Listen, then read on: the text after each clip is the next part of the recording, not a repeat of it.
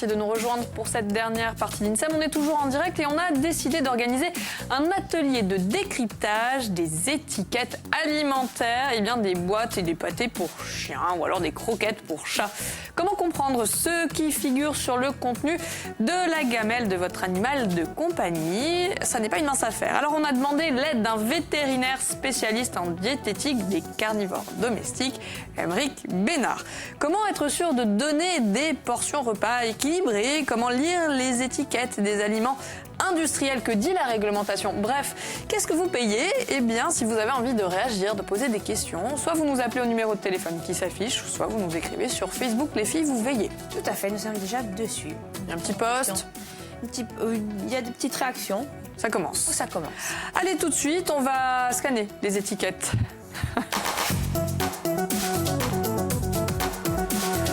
Bonjour Aymeric et bienvenue. Bonjour. Merci d'être avec nous. Alors les étiquettes, vous êtes venus équipés parce que on les a cherchées et c'est vraiment que c'est vraiment pas simple à trouver et surtout à comprendre.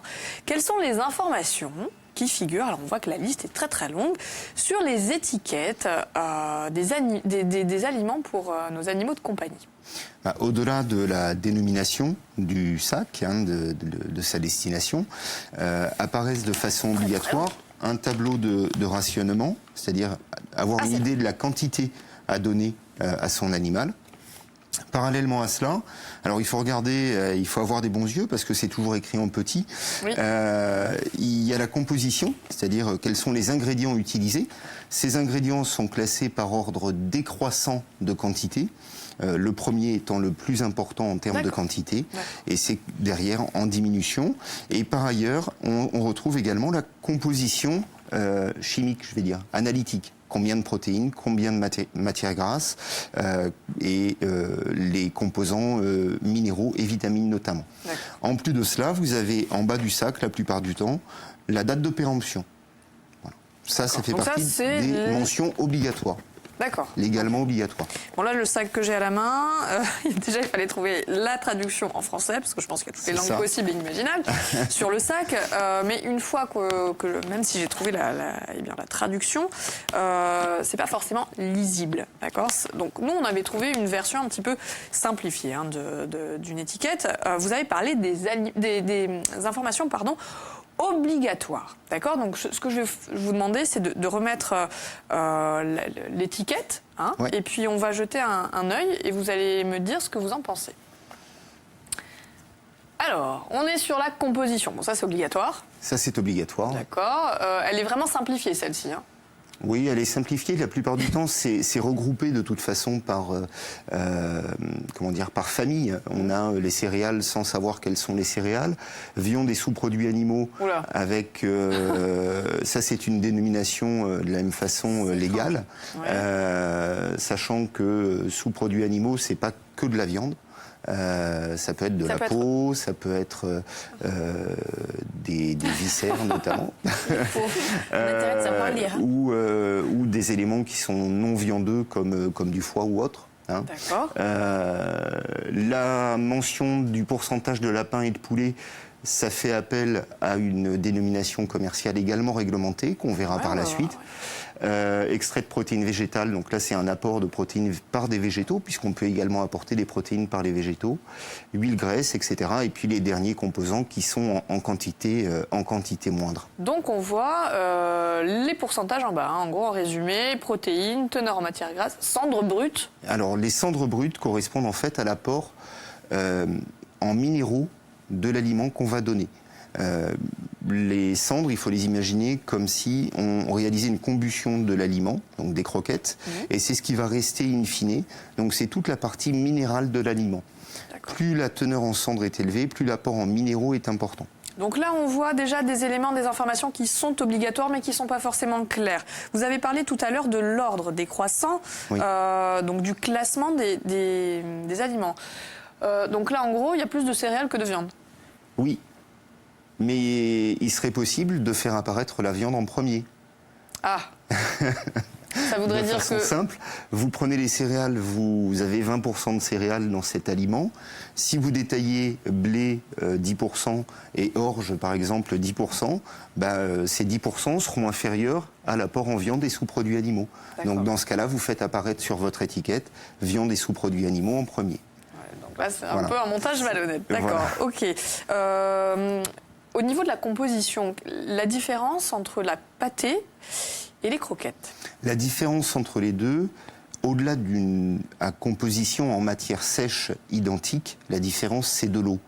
C'est-à-dire que vous prenez un aliment spécifique et vous faites la même chose en pâté, il est possible techniquement de réaliser deux aliments qui, au niveau nutritionnel, apportent la même chose sous forme de croquettes ou sous forme de pâté. Et la différence, c'est de l'eau. C'est l'eau la plus chère du monde. Alors ça, c'était quand même assez hallucinant. C'est la consistance, tout à fait. En fait, on va payer de l'eau. Oui, la différence, c'est de l'eau. Horriblement cher. Oui, très cher, oui. Mais au niveau des apports, ça ne changera rien. Non. Le tout est d'avoir une composition en matière sèche qui soit identique et qui corresponde aux besoins de votre animal. Donc en gros, une petite poignée de croquettes et une grosse boîte de pâté, ce sera la même chose. Voilà. Dans les croquettes habituelles, il y a environ entre 10 et 15% d'humidité. Sur des boîtes, et encore pire, je dirais, sur des sachets fraîcheurs, on est sur un apport en eau qui est supérieur à 80%. Donc il est bien évident que toute cette eau qu'on apporte, déjà c'est de l'eau qu'il faut transporter pour l'industriel, c'est plus entre guillemets compliqué à stabiliser en termes de péremption et à partir de là va y avoir évidemment un prix qui sera plus important. Et donc ce sera beaucoup plus cher. Plus cher. Pour le consommateur, très bien. Alors quels sont les autres pièges à éviter lorsqu'on s'attarde sur les étiquettes? Alors un des pièges, c'est les valeurs brutes de protéines qui apparaissaient tout à l'heure sur l'étiquette.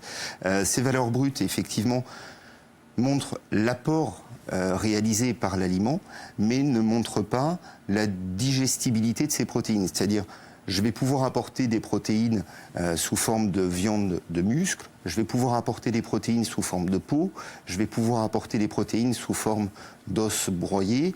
Évidemment, ces protéines n'ont pas la même digestibilité. Oui, on est loin du steak, là. On est loin du steak. D'accord, oui. donc quelle différence au niveau des dénominations? Allez, au hasard, goût bœuf, au bœuf, riche en bœuf ou encore tout bœuf. C'est une histoire de pourcentage. C'est une histoire de pourcentage. Et là aussi, vous pouvez avoir un aliment où c'est indiqué au bœuf.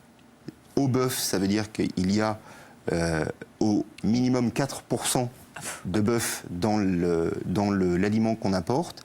Pour autant, la source de protéines de l'aliment principal peut ne pas être du bœuf, peut être du poulet.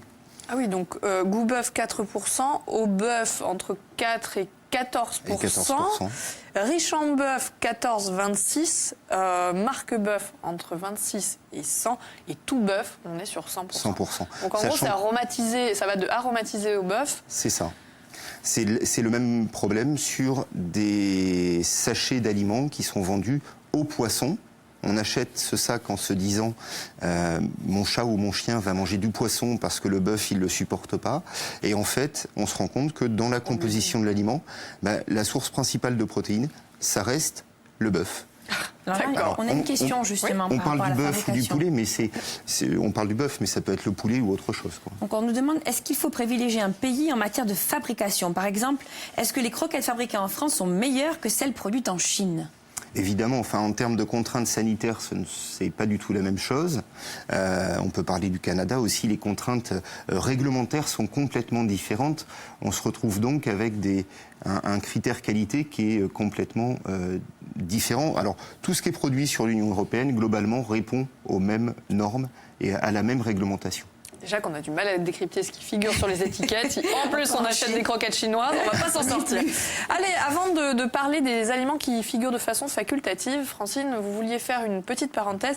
Vous nous avez listé les aliments qui sont très difficiles à digérer, voire qui risqueraient même d'empoisonner de tuer votre animal, voire de le compagnie. tuer. C'est ça, exactement. Alors c'est vrai qu'on les aime, on les adore et souvent on ne sait pas comment leur faire plaisir et on a tendance à leur donner ce que nous consommons humains. Donc il y a certains produits produits qui sont fort dangereux. Par exemple, l'avocat. Il contient de la persine. Alors la persine, c'est une toxine fongicide qu'il utilise pour se défendre quand on en trouve dans tout l'avocatier en fait. Chez l'homme, elle est inoffensive, mais chez les animaux, c'est pas la même chose. En donner à vos chats, chiens, lapins, chevaux, poissons peut les tuer. Donc gardez votre guacamole précieusement. L'ail et l'oignon, en fait, sont 2 aliments qui contiennent du thiosulfate. Alors chez l'homme, c'est un antidote. En revanche, chez les animaux, ça peut provoquer des anémies hémolytiques. Tout à fait. C'est-à-dire que si l'animal en consomme, eh bien, il peut perdre même du sang, et provoquer des troubles très très dangereux. Donc c'est pas toujours une bonne idée de donner les restes à son animal de compagnie. Hein. Non, d'autant que c'est pas équilibré. Donc ça fait partie des apports qui sont pas intéressants pour l'animal. Il y a également les os du repas, parce c'est une fausse information. En fait, on nous dit que de les consommer cuits est très dangereux. Le fait, et s'ils sont très pointus, en fait, lorsque l'animal va le consommer, eh bien, il peut se perforer l'intérieur du corps. Vous n'avez pas de main morte, hein, vous, non, je n'ai pas de main morte. Donc en fait, il est conseillé. Et là, vous avez une petite réaction tout à l'heure. Donc on nous conseille en fait de donner un os cru à notre animal et de préférence de grosse taille. Est-ce que vous êtes d'accord avec ça ? Alors cru ou cuit, peu importe, je dirais que le risque reste le même. Pourquoi ? Parce qu'avec la force de la mâchoire du chien, on peut se retrouver avec des éclats d'os qu'il finit par, même sur un os aussi gros que celui qu'on voit derrière moi, on peut avoir des éclats qui partent de l'os principal. Ces éclats peuvent perforer effectivement ou alors entraîner des problèmes de transit et notamment d'évacuation. D'accord. Donc on veut lui faire plaisir, mais c'est une très mauvaise idée. C'est pas une bonne idée. Le mieux dans ce cas-là, c'est d'utiliser des os en peau de buffle, qui sont des os de la même façon relativement gros, pour avoir une action mécanique sur la dent qui va permettre effectivement de limiter le dépôt de tartre au niveau de la dent. Allez, on poursuit. Est-ce que les dosages pour aliments, lorsqu'ils figurent, chatons, seniors, régime, etc., ça varie réellement ou est-ce que c'est uniquement marketing ? Non, la composition est vraiment différente. La composition est vraiment différente parce que les besoins sont complètement différents entre un chaton, un chat adulte et un chat senior. Ce ne sont pas les mêmes apports, ce ne sont pas les mêmes besoins, donc pas les mêmes apports. Donc il y a vraiment des compositions complètement différentes. Donc on peut piocher là-dedans. Mais est-ce que le prix va avoir une réelle incidence sur la qualité de ce qu'on donne à manger à nos animaux ? Alors, le prix, c'est un facteur, mais c'est pas un gage, c'est pas une garantie. Pourquoi ? C'est pas le prix qui fait la qualité. Pour autant, un aliment de qualité, vous allez le payer plus cher qu'un aliment de moins bonne qualité. Sur des aliments qui sont de qualité, vous avez des compositions qui sont identiques, quel que soit le cours des matières premières. Sur un aliment qui est moins performant au niveau nutritionnel, on va se retrouver avec des modifications de la composition de la croquette ou de la boîte en fonction de la variation des cours de matières premières, notamment céréales et viande. Allez, pour finir, Aymeric, si on devait retenir une info utile pour comprendre les étiquettes des boîtes ? C'est un peu la jungle et il faut demander conseil. C'est mieux ? Allez, ce sera le mot de la fin. Merci infiniment en tout cas d'être venu nous éclairer sur le sujet. Demain, à votre place, on va faire un point sur les aides financières pour la rénovation à l'amélioration énergétique de l'habitat avec Sabrina Badge et Nicolas Frémont. D'ici là, passez une excellente fin de journée à tous. À demain. Ciao.